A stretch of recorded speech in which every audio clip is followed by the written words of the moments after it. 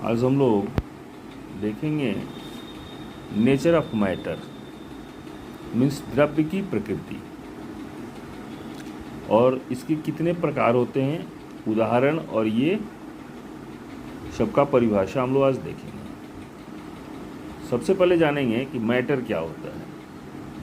Matter का परिभाषा होता है matter is anything that has mass and occupies A space, या इसको दूसरे शब्दों में कह सकते हैं कि an object that occupy A space has mass and which can be sensed by one sense. Means कहता है कि वह वस्तु जो स्थान घेरती है, द्रव्यमान रखती है तथा जिसका एहसास अपने इंद्रियों द्वारा कर सकते हैं, द्रव्य की प्रकृति कहलाता है। मीन्स जो स्थान घेरे, द्रव्यमान रखे और जिसको छुएं तो पता चले कि ये चीज़ है, वही द्रव्य की प्रकृति नेचर ऑफ मैटर कहलाता है। जैसे मान लीजिए कि हम लोग जल को छूते हैं, तो स्पर्श करते हैं तो मालूम चलता है कि ये जल है। अगर हम घर को छूते हैं, वृक्ष को छूते हैं, ये सारे एग्जाम्पल्स हमको मालूम चलता है कि ये स्थान भी रखती है, द्रव्यमान भी रखती है और इसको छूने पर एहसास होता है कि ये चीज़ है ये। तो हम लोग ये चीज़ समझ गए कि नेचर ऑफ मैटर क्या है। अब हम लोग चलेंगे कि कितने प्रकार के होते हैं। The matter has 3 state. First solid state, जिसको हिंदी में ठोस अवस्था कहते हैं। सेकंड लिक्विड स्टेट, जिसे द्रव अवस्था कहते हैं। तीसरा गैसियस स्टेट, जिसे गैस अवस्था कहते हैं। अब हम देखते हैं कि ठोस अवस्था मीन्स सॉलिड स्टेट क्या है। ठोस अवस्था में आकृति निश्चित होती है तथा इनका आयतन निश्चित होता है।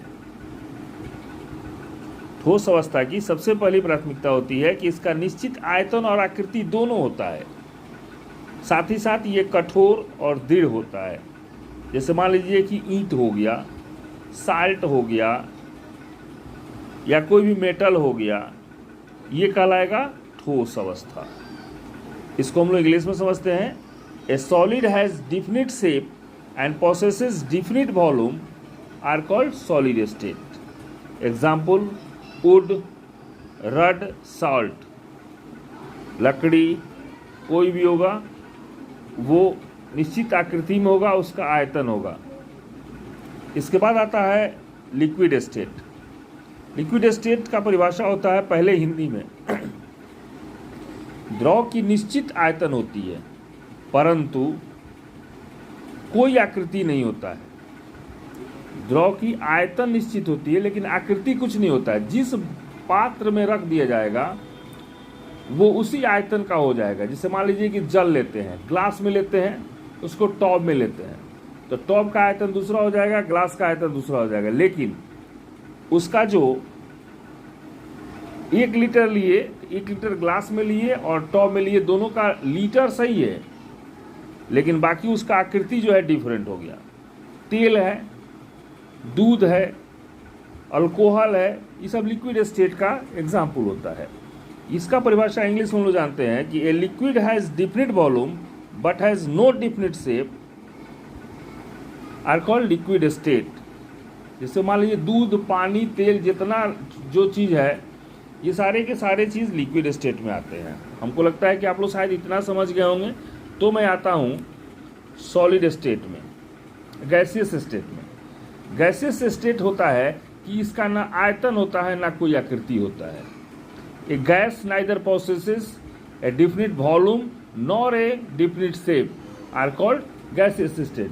जैसे कार्बन डाइऑक्साइड गैस हो गया, हाइड्रोजन गैस हो गया, नाइट्रोजन गैस हो गया, ये जितने सारे गैस हैं इसका ना कोई आयतन होता है ना कोई आकृति होती है। भाप होता है, पानी गर्म करते हैं तो वेपराइज करता है, तो भाप का कोई आयतन और आकृति नहीं होता है। आज हम लोग इतना ही देखें परिभाषा सॉलिड स्टेट का, लिक्विड स्टेट का और गैसियस स्टेट का। अब हम लोग देखेंगे थोड़ा इसका कैरेक्टर। सॉलिड स्टेट का कैरेक्टर होता है कि ठोस पर दाब का कोई विशेष प्रभाव नहीं पड़ता है। दूसरा होता है कि निश्चित ताप पर, दाब पर ठोस के आकार एवं आयतन निश्चित होते हैं। और लिक्विड स्टेट का कैरेक्टर होता है कि द्रवों को ठंडा करने पर ठोस अवस्था में आता है। दूसरा होता है प्रत्येक ताप पर द्रव के ऊपरी सतह से वाष्पन होता है। और गैसियस स्टेट का होता है कि ताप की वृद्धि से गैस का आयतन बढ़ता है। गैस का आयतन दाब तथा ताप पर निर्भर करता है। तो परीक्षा में आता है कि सॉलिड स्टेट क्या है, उदाहरण दें। लिक्विड स्टेट क्या है, उदाहरण दें। गैसियस स्टेट क्या है, उदाहरण दें। हम लोग तीनों का परिभाषा समझ लिए और उदाहरण समझ लिए।